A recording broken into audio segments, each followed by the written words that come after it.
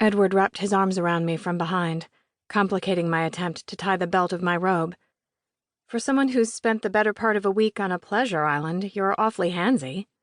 I tilted my neck, encouraging him to nuzzle in. He nibbled along the skin I'd exposed.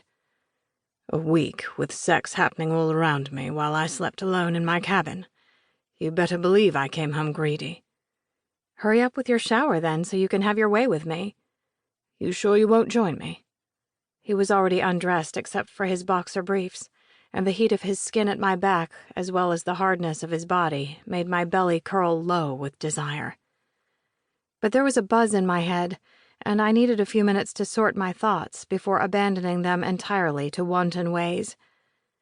If I join you, you'll never get clean, I said, nudging him to the task with the promise of what would come after. That's very likely true, Bird. He turned me into him and kissed me deeply, making his own promises before pulling away abruptly. I'll hurry. I'll be here. I wandered over to the sink to begin my nighttime routine of makeup removal and moisturizing, eyeing my husband in the mirror as he stripped from his underwear and stepped into the glass walk-in shower. He was magnificent to look at, and I admired the view with full attention until the whir of my thoughts grew too distracting, and I gave myself into them instead. Edward had said he'd come home greedy. Considering how highly he prized honesty, it was almost strange to hear the lie cased in the statement.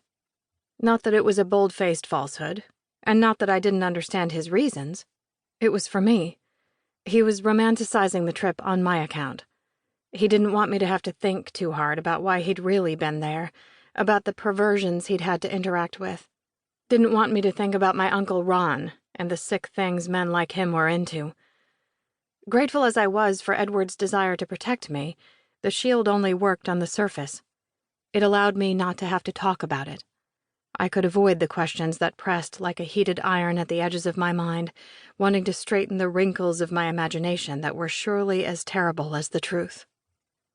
But not talking about it meant the acrid thoughts remained inside me, seeds of poison ivy that would grow if given the right soil.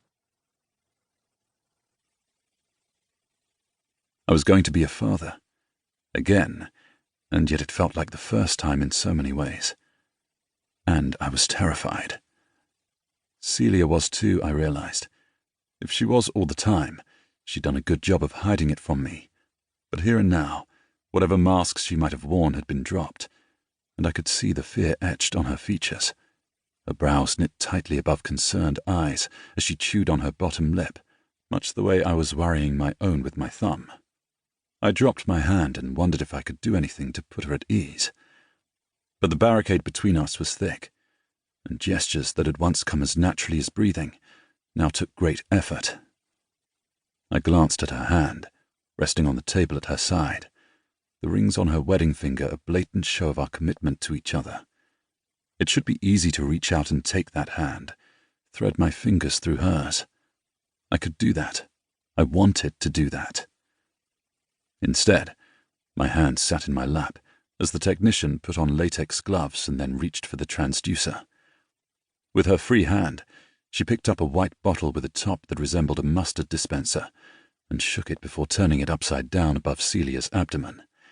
"This will be cold," she said, squeezing until a tiny drop of jelly plopped out. The tech shook the bottle, then squeezed again with similar results. After glancing around the room for another, she said, "I'm sorry. I have to get more gel. I'll be right back." She hung the instrument in its place on the machine, then slipped out into the hall, her footsteps on the hard floor diminishing until the only sound in the room was the gentle hum of the equipment. Celia's eyes darted to the blank screen where her name flashed at the top. Fasbender, C. She let out a heavy sigh, and I reached out and took her hand. She turned to me immediately, her usual hostility completely absent, and in its place, apprehension. "What if she's not okay?" she asked quietly, as if speaking the words any louder might make them come true.